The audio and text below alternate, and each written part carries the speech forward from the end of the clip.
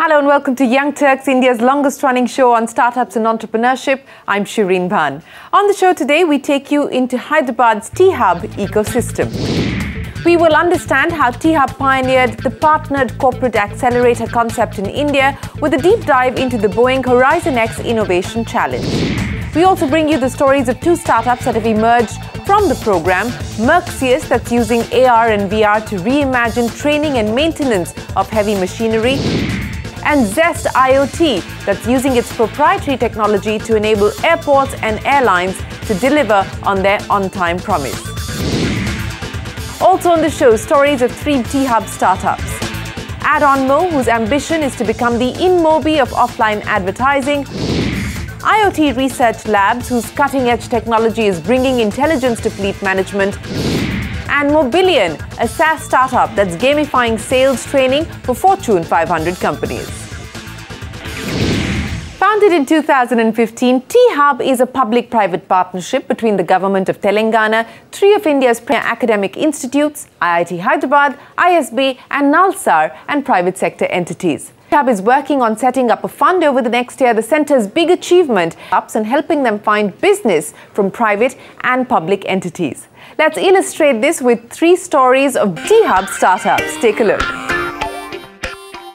Did you guys see these photos and tweets go viral this week? If you did and were wondering which company is behind this technology of ads on cars, well, it's Hyderabad's Add-on-Mo. The InMobis or the Google that are there online, so there's no one today in the outdoor world. So we want to be that player. The whole vision of the company is to build a medium which brings the best of both online and outdoor advertising into one single channel. Initially, my co-founder and I, both of us were working at Microsoft. We joined on the same day. That's what we have in common. Otherwise, he's from ISB with a business background. I'm from IIT with a technology background. I had one startup while I was in college, which was a designer notebook company, and we got extremely good traction initially, but as an FMCG company, we failed because we really couldn't reach customer at scale. So back in that company, we tried a little bit of advertising. We tried online, we tried outdoor advertising, and then we faced a lot of difficulties, more in the sense of effectively spending the budget, especially in the outdoor space. And that's how Add-on-Mo was born. Positioned as a digital outdoor advertising network, a proxy for Google Ads offline, we asked Sandeep how Add-on-Mo is different from digital ad screens we see on best buses in Mumbai or the Delhi Metro. One of the core things that we focused on when we created Add-on-Mo is about how do we bring the small and medium businesses to advertise outdoors, right? So with us, customers with as little budget as 10,000 rupees a month can start advertising outdoors at a specific time and a specific place. The one thing that we've identified is that the cab aggregators that have come into market not only made transportation easy, but they've unknowingly created this medium which is like one of the best ways to reach people, because more often than not these cabs are like in the best locations, like the busiest locations during the busiest times. So we're moving away from that model of picking individual spots. We're going into a model where how do we make the ad play more relevant to the audience based on location, time and multiple other factors. So that's one thing we're doing very different. And the second part is we're kind of bringing all these screens into one network. One smart network. So this network would be smart enough to not only understand where it's playing what, but also it is smart enough to do the important data integrations which are necessary to make advertising not just more contextual, but also more interesting. Like I'll just give an example. So if there's Buffalo Wild Wings, it's a sports bar here in Hyderabad. So let's say on an EPL game night, Buffalo Wild Wings is advertising with the match score and with the message like you're just 5 minutes away from Buffalo Wild Wings where the match is running live.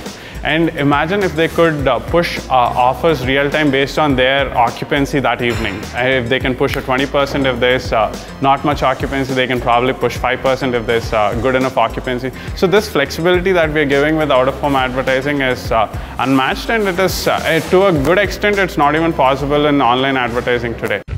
Adding on computer vision technology, the Add-on-Mo team is also able to provide analytics on views to advertisers. Having partnered IKEA during its launch in Hyderabad last year, Add-on-Mo has a partnership with Uber in Hyderabad, Vizag and Mumbai.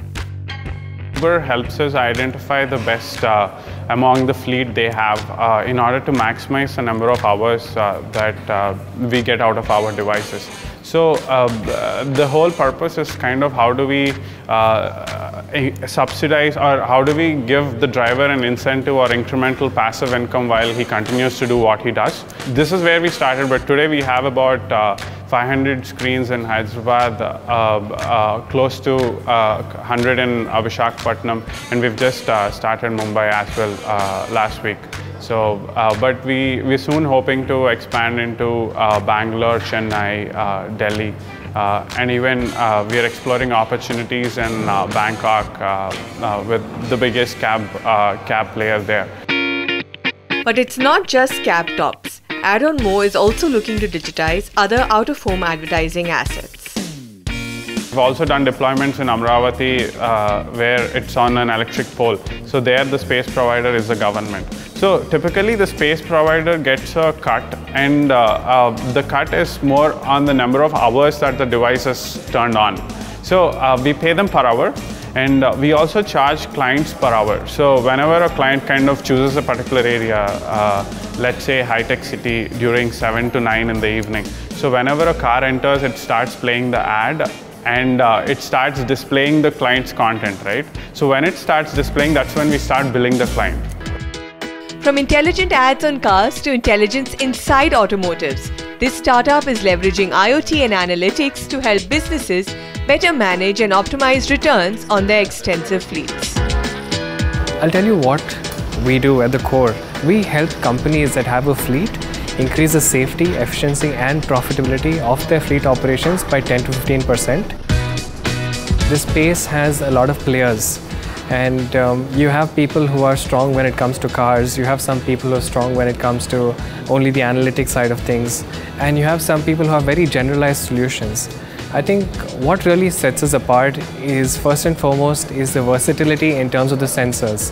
Right from tracking to fuel monitoring to temperature monitoring to load monitoring to RFID integration to engine diagnostics. So we have solutions across all of these. And then depending on the industry that we're deploying for, we really need to dive in, understand what are the KPIs of that industry, what are the pain points, and we've taken a very design-centric approach to coming up with solutions for them. IoT Research Labs is presently focusing on the transport and logistics industry, mining and infrastructure, and even cold chain management. The hardware is procured presently from Europe, Israel, China, and Taiwan. Our strength really lies in the IoT platform that we have. So the hardware happens to be incidental, but what we do is we have a set of hardware that we've already integrated with our platform, and that is what we recommend and what we sell to our customers.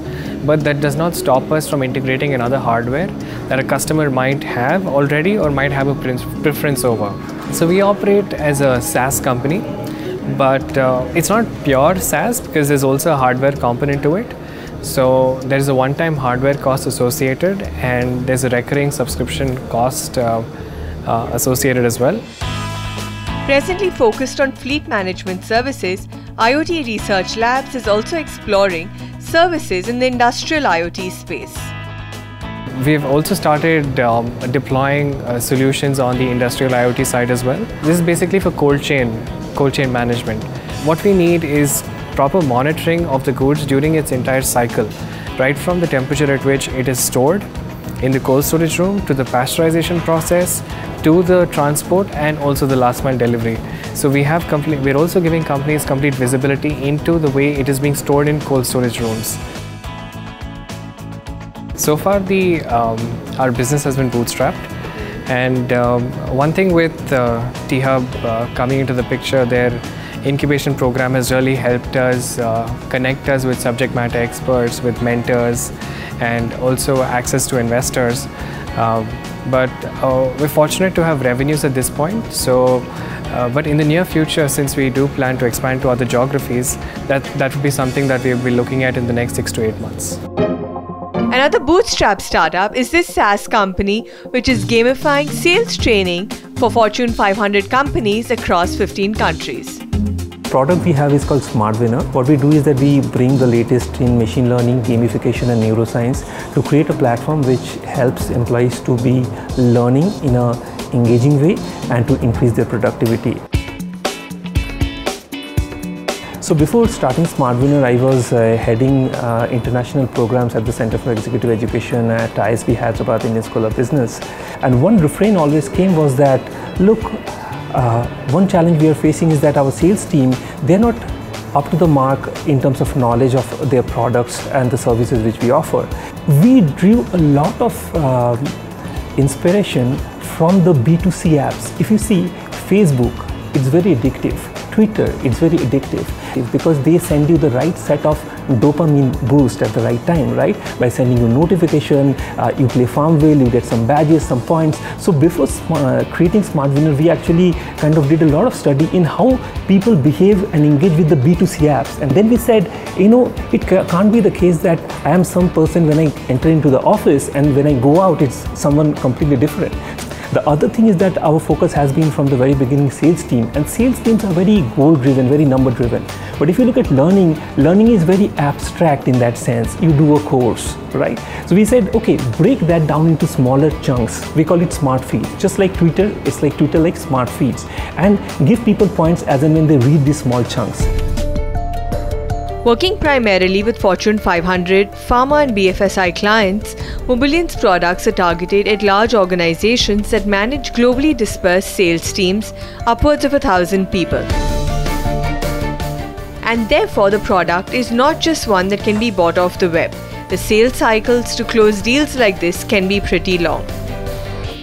Our first customer was a Fortune 500 customer, a US-based customer. So that was a great foothold. It took us like 9 months. I gave 45 demos to get that customer. And that's what it takes, right? Otherwise, they will not trust you.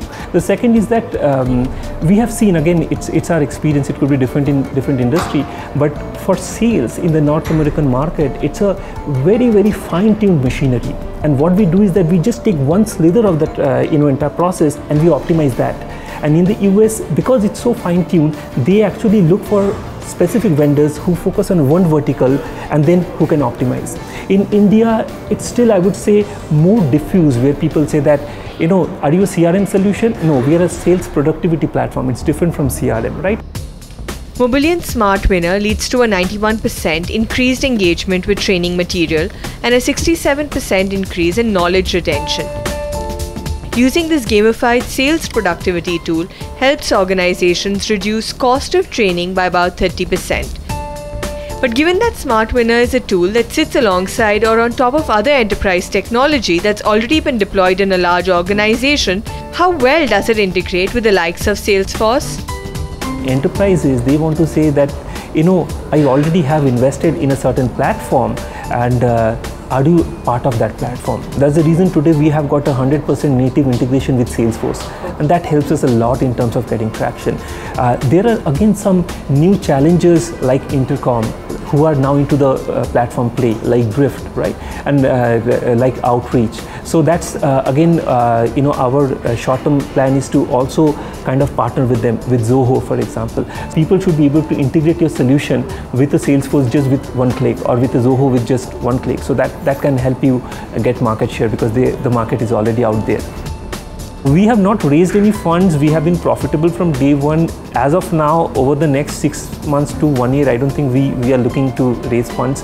We want to take it to the next level, have a much more kind of repeatable customer acquisition strategy, and then probably we will look to raise funds. But right now, we are not looking for that. We are 17. Now, situated on the Triple IT Hyderabad campus, T-Hub, since its inception, has touched over 1,100 domestic and international startups via various programs that it runs, including its cohort-style corporate accelerators with companies like Uber, Facebook, HSBC, Qualcomm and Cisco. Now, all of these partnerships have resulted in over $17 million in grants and funding for startups associated with T-Hub.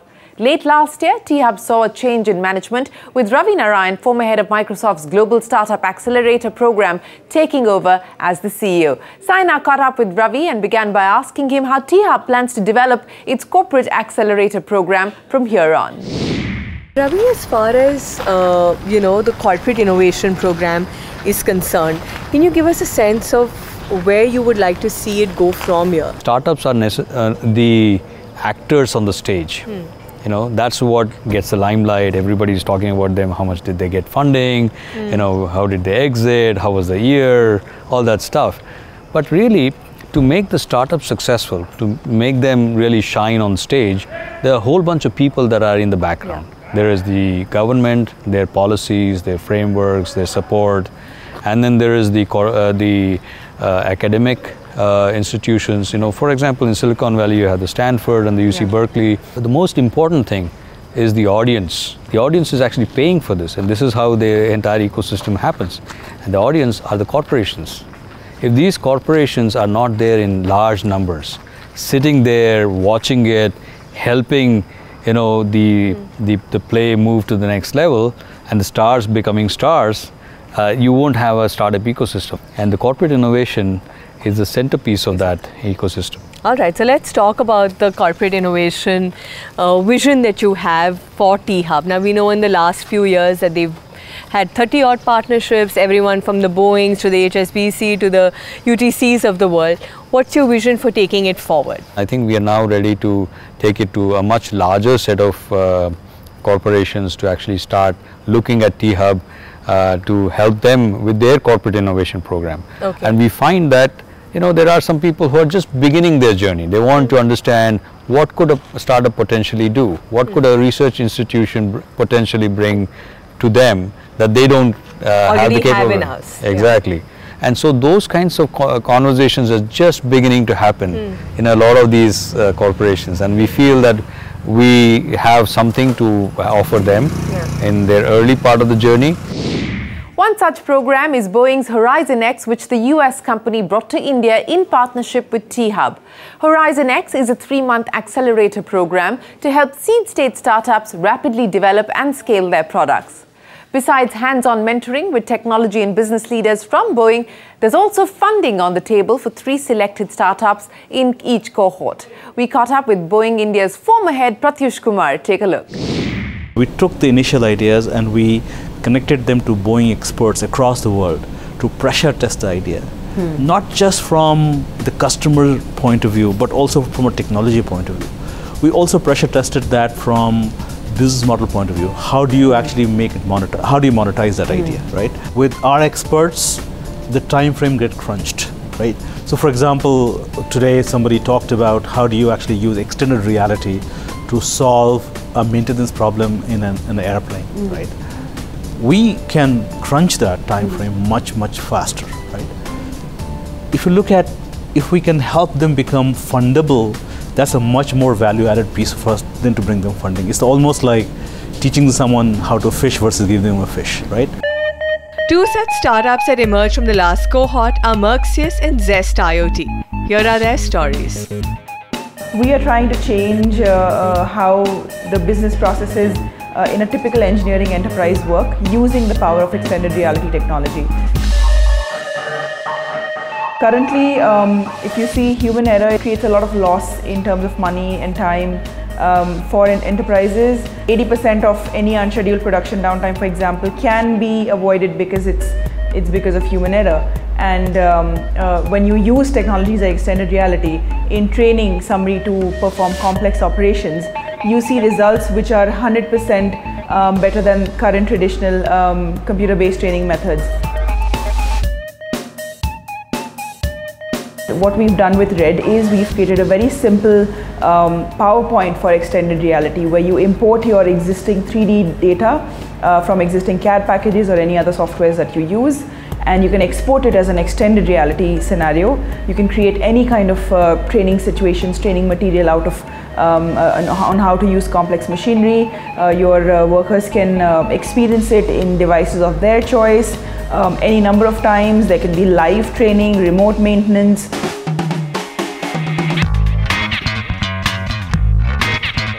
There is no engine here, but he's able to see it as if it's actually in front of him. And you can take a couple of steps and bend down and take a look at it from different angles of the engine, right? So you're able to see right down to the nuts and bolts of the engine. This is amazing. first procedure that we're going to learn today is how to replace an oil filter cover, right? Now we have Rachikar, who has joined us in the training experience. Rachikar, can you give a wave to Rachikar, please? Great. You see this pipe right inside? I think this needs to be changed. Today we're working with partners like the HTC Vive, Facebook's Oculus devices range, Microsoft's HoloLens device, and in fact even a simple iPad or an iPhone that you might be carrying around in your pocket. We're able to put the power of these technologies into all of these different devices so that enterprises can really leverage and improve their processes today. We have customers in the defense sector, in the automotive sector, manufacturing companies, aerospace, and we are seeing how we can extend the use of RED as a platform across different sectors. Going forward, we'll also be looking at healthcare and at education. Hi, my name is Amit Sukhija. I'm the founder and CEO of Zest IoT. What Zest IoT is trying to do is integrate the different journeys of passengers, baggages, airport operations, as well as the ground assets to provide a connected airport operations, help passengers improve their experience throughout their journey at the airport, provide a paperless, contactless boarding, and at the same time helping airlines and airports improve the on-time performance. A couple of years back, Zest IoT was building home automation products, and at that time we built a product for kid safety and security. And when the brochure for that product went to one of the residential society, one of the gentlemen who was the resident of that society came across that, and he called up on Sunday afternoon and said, Amit, can you help Air India track the movements of the equipments around the aeroplane? And finally got an opportunity to meet CMD of Air India a couple of years back. Within 10 minutes of the conversation, the CMD decided, yes Amit, let's go with this. Immediately with this approval, we were able to demonstrate a live working prototype of the solution using IoT at T3 International Terminal. I'm going to take you through the facial recognition capability as well as the edge computing. So this is my colleague whose face is not registered in the database. Now he is going to walk in front of the camera. So as you can see, the system has managed to capture the face in a real time, and at the same time it has validated that Aman is not a registered passenger. The recognition failed. Now let me walk myself where my name is registered as a passenger, Amit Sukhija. As you see, it has done the match that yes, it is Amit Sukhija. While it is doing the match, the system is also controlling, for example, how the gates are opened. And this is a small demo version of using the Lego blocks. One of the other important element in this, how to detect that it is a live face and it is not the face through a picture. One of the view is a normal two-dimensional camera. The second view is a three-dimensional camera. So the technology we use is to make sure that it is a live face and it is not a face of from an image. From there onwards, we are also doing one more solution which is for tracking the baggages, and that's another USP which we are building with one of the large airline at this point of time, which is going to track the baggage movement and most importantly avoid misrouting of baggages being loaded at the aircraft. That red icon you see is the time. That is the most precious asset which today airlines or airports cannot buy, which means from the point of aircraft touching on the ground to the point it goes back in air is completely digitized. As a result, it provides a real-time visibility to airlines, to airports, as well as to ground handlers, and their collaborative decision making in terms of the faster turnaround is suddenly elevated to a different level altogether. Well, with that, it is time for us to wrap up this edition of Young Turks. Tell us what you thought of our show by writing in to us, youngturks@nw18.com. Ping us on Facebook and Twitter. Our Twitter handle is @CNBC Young Turks. For now, from us here on the team, goodbye and many thanks for watching.